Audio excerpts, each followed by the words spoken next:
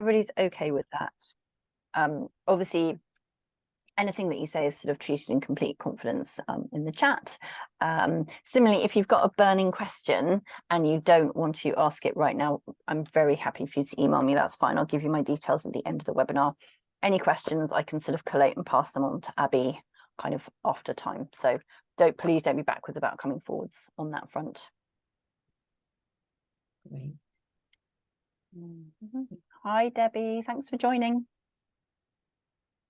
I was just saying we'll give it one more minute because we've got a lot to get through in this webinar. It is being recorded, just so that you know, so you can do a catch up if you need to hop off early. I always find this sort of last few seconds, you're all kind of sitting there and you're like, oh, is it time? Is it time? Nearly. It's 29 minutes past, so we got the maybe 30. Oh, 12:30. There we go. Oh, perfect. Wonderful. Well, I'm going to kick off, and I've just seen that Graham's joined us. Hello, Graham. Thank you for joining exactly on time. So many thanks to all of you for joining. I know that we've got a lot of people who are probably going to watch this on record later on the YouTube channel. So hello, welcome to you too. We are here today to sort of mark and celebrate the start of Mental Health Awareness Week, which is global, and it is all about sort of empowering people to talk about their mental health, nurture their mental health, and really understand what good mental health looks like. Some of you probably know me already. I'm Julia. I'm the client manager here at Karma. Today I'm standing in for our wonderful founder Tanya, who is on maternity leave. She had a little girl and she'll be back at the end of summer. So Karma, oh brilliant, thank you, Mary. So Karma is a UK-based sort of globally recognized mental health burnout and mental well-being training organization. We help companies, entrepreneurs, freelancers to really nurture their own mental health so that they understand what it looks like to have good, strong mental health in the workplace and what that means sort of also in your home life. We believe also that in nurturing your own mental health, you can be there to support others. So it's about opening that dialogue and conversation and really preventing burnout. So helping people not reach that point where they really feel like they need help. This session is being recorded, just so that you're all aware. I don't know if any of you missed it, but if you have any questions and you don't want to put it in the chat, please feel free to email me afterwards. I'll give you my details at the end of the session. So we only have 30 minutes. I'm really delighted to introduce everybody to Abigail Ireland, who we've worked with closely for a few years now. I will put myself on mute and I will let Abby dive straight into the content because she just, like I said earlier, she's an absolute fountain of knowledge. So Abby, over to you. Thank you, Julia, and good afternoon, everyone. I hope you're all just enjoying your lunch or whatever you are doing at this point in time, but I'm really looking forward to working with you over the next 30 minutes. So as Julia said, we are talking today about how we can really use movement to elevate that mental wellness, and obviously the theme of this week is all about movement, so we're going to be talking about that, but trying to make it as practical as possible, because I know, and feel free, by the way, to put into the chat any thoughts, any questions. As Julia said, we will come back to you on those afterwards, if not during the session. But everyone knows that there is a connection, there's a correlation or some kind of impact on our mental well-being if we move or if we don't move. And so what we're going to do is really focus on that today. We're going to talk specifically about how movement impacts the mind and body. We're going to talk about exercise as a tool for resilience. And, you know, I'd love to know what kind of exercise you all do or movement throughout your day on a weekly basis. It's just interesting for me. So you can put that into the chat as we continue. We're going to also then go into a really practical piece, just basically some really easy ways to integrate movement into our daily lives, because sometimes we don't feel like it, sometimes we're not in the right mood, the right frame of mind, and that can really lead to fluctuation in how well we use movement and incorporate movement to make ourselves physically, mentally, and emotionally stronger, essentially.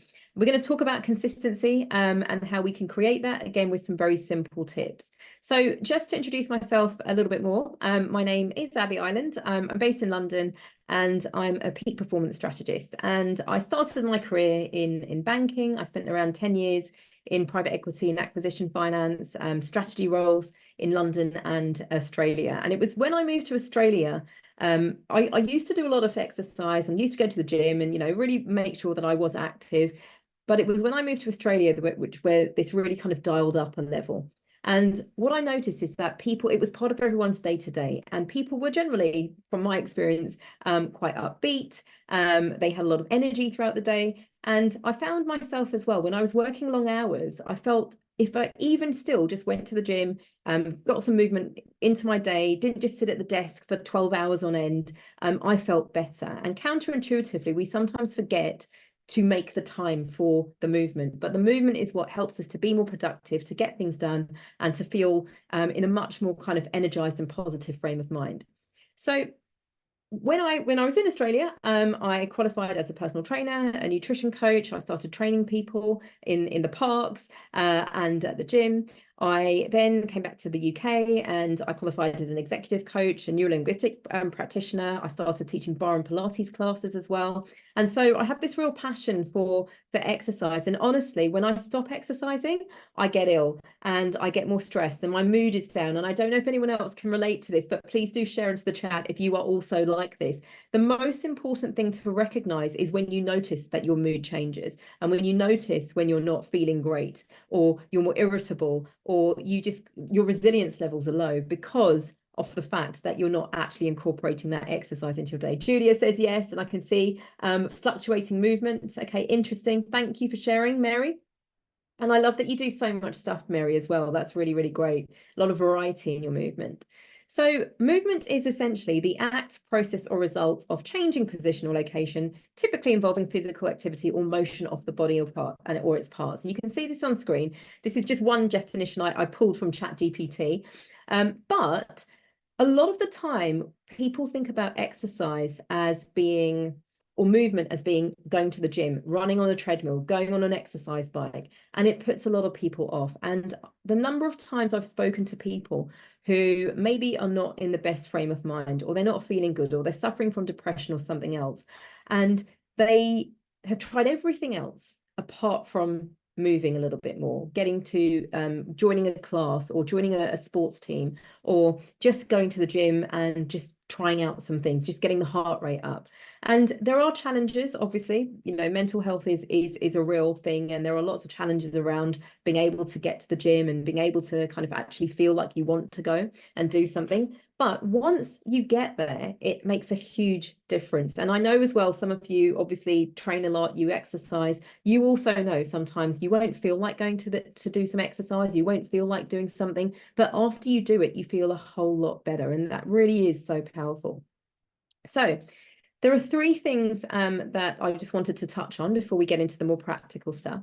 In terms of the impact of movement on us, our bodies, our brains, and everything else, we have the physical impact. So obviously you get stronger, your muscles grow, you have better cardiorespiratory capability, and you're able to be maybe more supple, more flexible, all those kind of things. We then have the cognitive impact, okay? And that really ties into what I mentioned earlier about when I worked in banking. It really helped me to start my day by going to the gym, because you could focus better. You felt like you were ready to sit down after you'd done a workout, and I could think more clearly. And then the emotional impact is that impact on our moods, our thoughts, and our state. And that's, really where this the mental wellness focus comes in. So physical impact, some of you may relate to some of these, or actually feel for yourself that this is relevant for you. It boosts immunity if we work out, if we move. It enhances our body composition, so more on the aesthetic side as well. It helps us with that, and the kind of fat percentages and the muscle mass that we carry around with us. It helps us with our strength. And there are lots and lots of research, lots of studies that say that exercise is kind of the number one medicine for longevity, for reducing chronic disease risk, for mental disease risk, all sorts of things that we tend to face as we progress and we get older. And I was talking to Julia before today's session just about the fact that as we progress, as we get older, we have all sorts of demands on us, all sorts of other things coming in. And if we don't look after ourselves, our body as well as our mind, it can all kind of come down and crash on us. So we have what we call an allostatic load, and that's one stress and another stress and another stress builds up. And if we have too many of these stresses together and they're chronic, we can end up with what we call, the straw that breaks the camel's back, where essentially one extra little thing just makes us break down. So exercise really supports us with that as well, that kind of resilience side of things.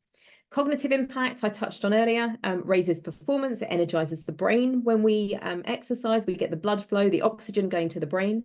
It helps us to focus better, and it improves the way that we actually function, our brain can function. So with all the right nutrients, the oxygen, the blood flow is going to the brain. So that's really, really important. And then building mental resilience is the piece that I wanted to really focus on. Things like doing a yoga class, holding a pose for a long time. So Mary, you say you do yoga, you know, when you're holding a pose for a long time, longer than you think you can, you're building that mental toughness. When you go to the gym and you lift a weight that is more than you thought you could actually lift, you're building that resilience in that sense. When you reach a goal, a fitness goal, you're achieving, you know, you get that dopamine hit when you get to the finish line, or you achieve the weight result or the strength result target that you're going for. And all of that comes through patience and carrying on in the face of adversity and pushing yourself through, even though something's difficult. So you actually build resilience. And there are physical outcomes, but also the mental. Your brain is actually getting stronger and stronger by working out, by moving, by doing something that's going to get you to kind of that next level of fitness. If anyone can relate to this, let me know, you know, what are some things that you have done to get stronger, to push yourself out of your comfort zone on a physical level, and how has that helped your mental resilience? I'm really curious to know, because for me, definitely, one of the kind of grounding things that I have in my day is going and getting some movement in, getting some exercise in, getting my blood flowing and sweating a little bit. And it really helps to make me feel like I can then achieve more in my day. It makes me feel that sense of accomplishment, that sense of progress. And all of that, again, gives us that kind of a mental reward, which makes us feel even stronger. So we have what we call the mind-body connection. Has anyone heard of this before? Just give me a thumbs up or put a yes into the chat if you've heard of this term before, the mind-body connection. If you haven't, put a no in the chat. I'm curious to know. But essentially, and people, this is becoming more and more significant these days, there is a connection between how our mind operates and our body. So the physiology affects the psychological, and the psychology affects the physiological. And in the work that I do, I spend a lot of time looking at psychology, physiology, how it impacts our performance at the end of the day.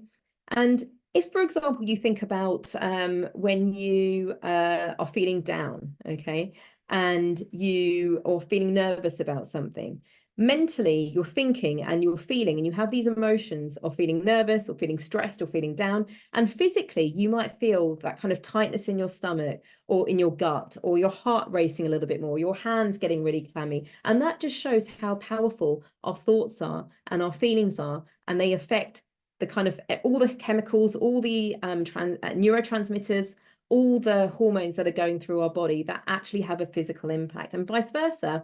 Our physical health will impact our mental state. So when we are feeling good, when we do a workout, we release chemicals, we release neurotransmitters, we release those endorphins, we release dopamine, oxytocin, serotonin, all of those things that actually help us to feel better. We've got the happiness, sense of achievement, we've got the reward that comes from exercise. And so we can't underestimate that the two are connected. But a lot of the time, people operate as if one has nothing to do with the other. And a lot of the time, people are maybe prescribed things, or they think that they need to do certain things to feel in a better mood, when actually just a little bit of exercise can support, a little bit of movement.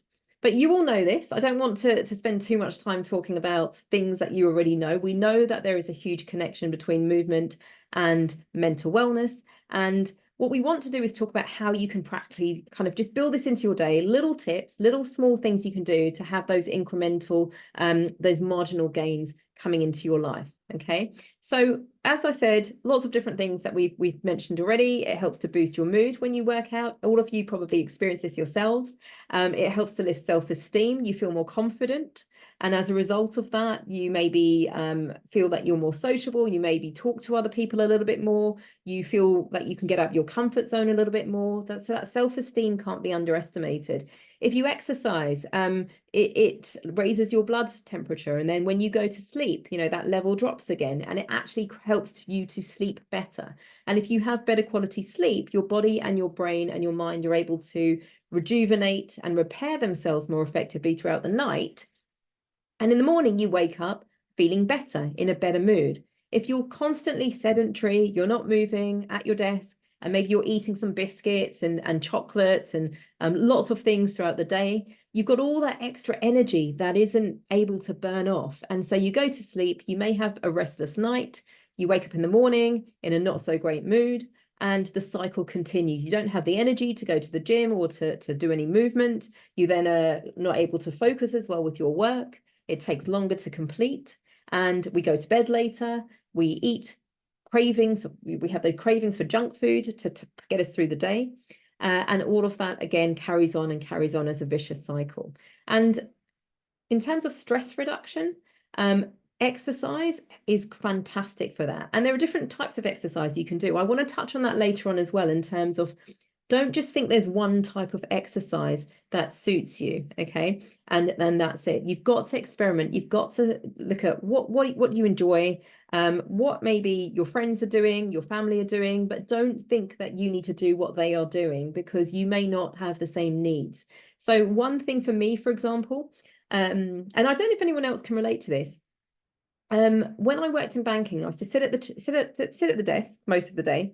You'd sit in your chair, and then I would go to the gym, and I would maybe do some weights. I'd go to maybe a yoga class, but I'd see lots of people, for example, in a spin class, after being sedentary the whole day, and then sitting in the spin class, which is great in terms of being able to move, but your body's in that same kind of position that you're in all day, okay, like sitting in a chair. And on top of that, people sometimes looked quite stressed. I always used to think, when I went past the spin class, sometimes people looked like they were quite angry and kind of going through everything. And then sometimes I would do HIIT classes, so high intensity classes, whilst I was also working really long hours and had a lot of kind of workload on. And so I was stressed in different ways, and I was putting more stress onto my body. And what you need to consider is, can you change the type of exercise you do to create more balance? So for example, for me, doing yoga, breathing, slowing down was more beneficial at those times when I was working long hours and it was crazy and there was lots going on, than trying to add more extra high level stress activities into my day. So really think about balancing out. And again, please share in the chat if you do this, or if you ever think about this, the type of activity that will benefit you at a particular point in time, rather than just doing what you always do because you always do it, or because you think you should be doing it because someone else is doing that particular activity. So please do share if you have any thoughts on that as well. So we're going to talk about, I've got another 10 minutes or so, and then I'm going to pass back to Julia, but we're going to talk about how to integrate movement into your day. Very simple ways to do this.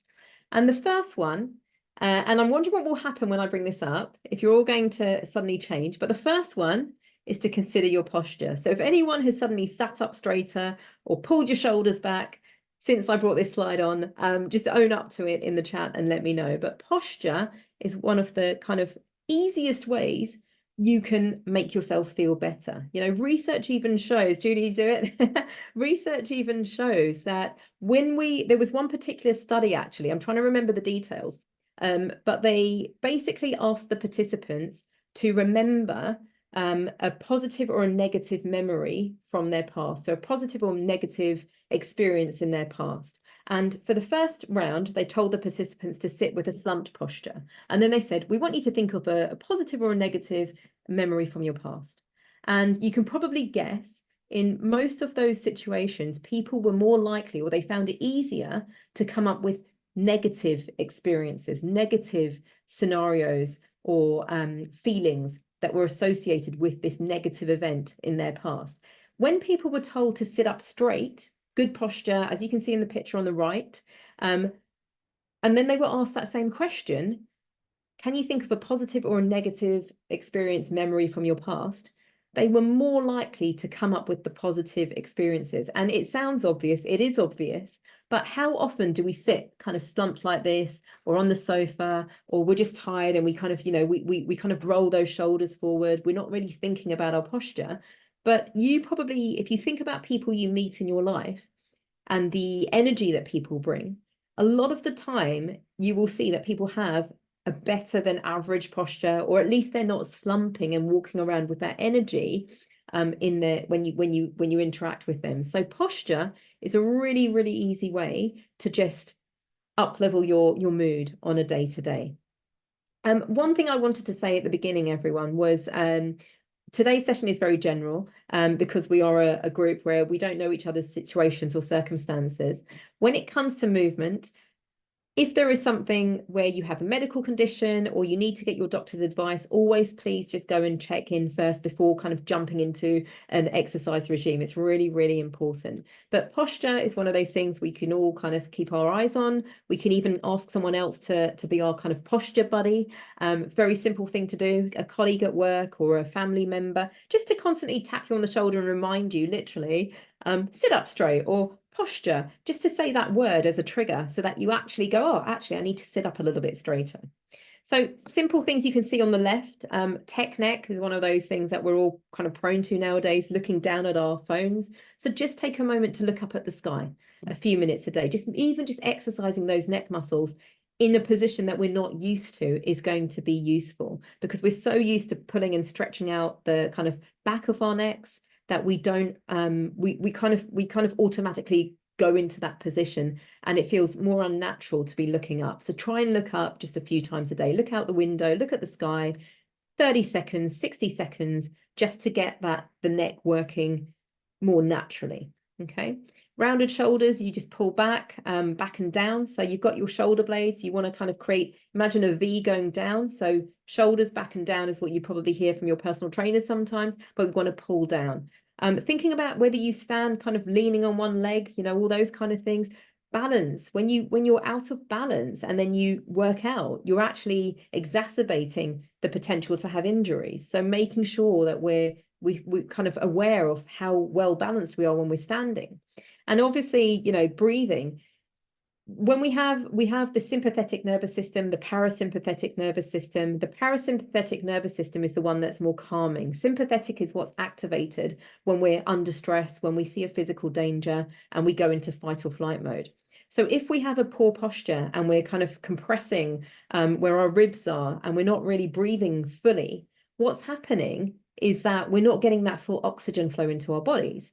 And so when you think about trying to activate the calming system, the parasympathetic nervous system, we need to be thinking, breathe in deeply. So we stand up straight, we are able to get more oxygen into the body. And so that helps us to get into a calm state, mentally, but also physically. So there are some things to consider. Hopefully you're all gonna, give me a score from 1 to 10. 1 being I have really bad posture most of the time. 10 being my posture is amazing. So say for example, I'm just going to annotate this very quickly. If this was a 1 and this was a 10 for posture, I want you to think about where you sit. You can share in the chat your score typically, or you can write it down for yourself for later. And then just think in a week's time, in 2 weeks' time, can you come back to this and reflect and think, you know what, I'm going to get from a 5 to a 6 or a 4 to a 5. What can I do? I'm just going to ask someone to remind me to be better with my posture. I'm going to just make sure my shoulders are rolled back, or I'm going to do some movement that makes sure that it's rolled back. So we're going to go on to last few points. We're going to go on to the 3S framework. When I trained as a personal trainer in Australia, this was one of the things that we learned as a kind of fundamental of the whole certification. And it's really, really easy, but so many people neglect one or more of these. So we have 3 different types of fitness. We've got stamina, strength, and suppleness, flexibility. And a lot of the time we might go, I always go running. I like going on my bike and doing spin class or something else, or I just go jogging at the gym on the treadmill. And we're great then with our stamina. But what are we doing for our strength? Yes, there is some element of building strength when we are doing certain activities like that. But what are we doing with our strength in terms of building muscles, activating muscles, and not just the big muscles like the quads and the kind of the biceps, but all the tiny muscles in our body as well. So what can we do to activate and build our muscle mass and strength as well? And then suppleness, this is the one I fall down on. What are we doing to be flexible? I've definitely noticed as I get older that, you know, you thought you could touch your toes, or I used to do yoga a lot when I lived in Australia, and it's not as regular now. And I notice how inflexible I've got, but that doesn't mean I should just ignore it. I should do something about it. So stamina helps your physical endurance. You need to do things like running, rowing, cross training. All of these things are going to help. We've got strength. We've got things like using weights, Pilates, all of those kind of activities where you're actually having some resistance. That's really going to help you to build that strength. And again, this all links back to confidence and mental health at the end of the day, because you feel better and you feel good, you're more likely to carry on. And then we've got suppleness, yoga, Pilates again, bar is good for strength and Pilates, and suppleness as well. I started this year doing ballet and street dance classes, adult classes, on a Monday night and the weekend. And I also go to the gym. I do weight training. I do cardio. I get on the treadmill sometimes. I'll go on the rowing machine or the cross trainer. I do boxing sometimes. I'll do HIIT. So I don't focus just on one type of activity. So if you can share into the chat, everyone, what can you do? Is there any one of these that you think will help you going forward? So which of the 3 S's do you think you're neglecting the most? Stamina, strength, or suppleness? Put that into the chat. And if you do all 3, that's fantastic. But if there is one that you think maybe you need to kind of focus on a little bit more, do it. Because again, all of these, if we're neglecting one, we're going to maybe get some injuries or get some pain, and it's going to affect our mood at the end of the day as well. So we need to definitely do a little bit more. Okay, suppleness, yeah, it's the one that a lot of us can relate to. And it doesn't have to be, this is getting to the practical stuff. It doesn't have to be, as I said, going to the gym. You can have just a skipping rope at home and do some skipping, boxing, body weight training, join a class, join a sports team. If you want also that mental health support and social interaction, you know, being part of a team can be really, really helpful, really powerful. So it's not just about the physical benefits of exercise helping you, but also the connectedness we get from exercising, from being around other people, from having that team spirit. We don't underestimate that. And even I've made lots of friends from just going to the gym, and you bump into the same people again and again, and you actually get talking to people. So there's a really nice community that comes from when you do exercise, when you move, when you're meeting new people, and it can keep you going as well.